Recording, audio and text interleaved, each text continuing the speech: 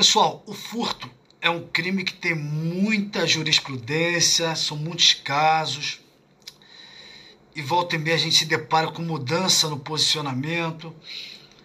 Então, uma questão interessante é o seguinte: se você pegar o artigo 155, ele prevê a figura do furto majorado, ou seja, com aumento de pena de 1/3 quando é praticado durante o repouso noturno. Mas esse parágrafo primeiro, ele era aplicado nas penas do furto simples. Porque se ele está no parágrafo primeiro, pela posição geográfica, pela topografia dele, ele só deveria ser aplicado ao caput, ao que vem antes dele. Esse é um dos entendimentos. E por muito tempo ficou essa questão. Mas e se o furto for qualificado? Porque o furto qualificado está previsto lá embaixo, no parágrafo 4º, depois do parágrafo 1º. Então, cara, às 3 da manhã, arromba uma porta, uma janela de uma casa, entra na residência, subtrai os pertences. O que nós temos? Furto qualificado pelo rompimento de obstáculo, que a pena, ao invés de 1 a 4 anos, passa a ser 2 a 8 anos. Mas eu pergunto, além da qualificadora, pode incidir a majorante, o aumento de pena, lá do parágrafo 1º? Ou a posição geográfica do parágrafo 1º impede que aplique no parágrafo 4º? Isso sempre foi muito divergente. E a gente vem encontrando na jurisprudência do STJ e do STF, até coloquei aí para vocês na coluna da direita, um posicionamento no sentido de que é possível sim a incidência do aumento de pena do furto durante o período noturno nas figuras qualificadas do furto. Essa posição topográfica em nada impediria. Não há incompatibilidade. Vamos ver o próximo slide. Furto privilegiado, furto de energia. Vamos voltar no furto de energia, calma aí. O que é furto de energia? Furto de energia é furto de qualquer energia que tem valor econômico. Pode ser energia elétrica, pode ser água encanada, água que foi apropriada pela companhia de água, foi tratada e é considerada equiparada à energia porque ela se consome e tem valor econômico.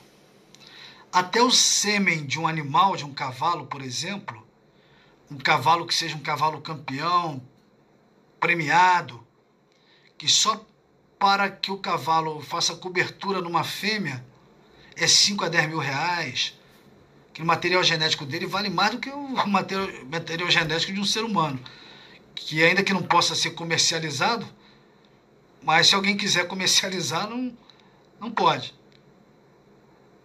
Bom, esse furto, vamos imaginar o furto de energia elétrica, o gato de luz, que é o mais comum.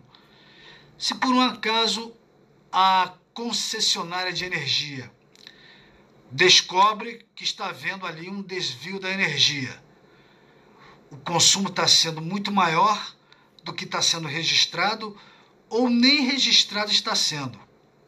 Nenhum consumo. Tem crime? Tem crime. Artigo 155, parágrafo 3º. A dúvida é, se uma vez iniciada lá a persecução penal, o inquérito é instaurado, o autor do crime se assusta, corre lá na concessionária para pegar o valor total do débito que a concessionária vai estimar, quanto que ele deixou de pagar, quanto que ele deve ter consumido. Ele paga aquilo, ressarce integralmente o débito, o prejuízo, paga integralmente o débito. Pergunto, isso configura causa de extinção da punibilidade? Por que isso é interessante? porque não está previsto em lei essa hipótese de extinção da punibilidade. Assim como não está previsto em lei, pelo menos de uma maneira geral não está, que em caso de crime tributário, de crime de sonegação fiscal, se o autor do crime pagar integralmente o débito tributário antes do recebimento da denúncia, seria causa extintiva da punibilidade. Isso não está na lei, mas a jurisprudência do STJ reconhecia que nos crimes tributários o pagamento do tributo antes do recebimento da denúncia teria esse efeito. Por quê? Porque a ideia é estimular o pagamento, porque o fisco precisa do dinheiro, não o Estado para. Então a maneira de estimular o pagamento para o dinheiro entrar é a jurisprudência entendendo que é a hipótese de desnecessidade da pena. Tecnicamente, eu acho que não pode, mas a jurisprudência dos tribunais superiores dizem que pode, então pode. Bom, pergunto, posso, por analogia, empregar esse entendimento dos tribunais superiores e pedir para o juiz reconhecer extinta a punibilidade do autor do furto de energia? Não pode. Depois de muita controvérsia, o STJ tem pacificado o entendimento de que não é possível aplicar o mesmo raciocínio que se faz nos crimes tributários. Que nos crimes tributários, você dá esse prêmio para o criminoso, extinguir a punibilidade, é uma forma de incentivar o pagamento do tributo, e isso visa manter a rigidez, a saúde das contas públicas. E essa razão não existe no caso crime contra o patrimônio. Então, não tem jeito.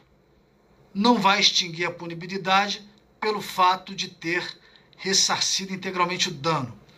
O máximo que vai poder é pedir o reconhecimento de um arrependimento posterior e aplicar o artigo 16 do Código Penal para reduzir a pena. Aí sim.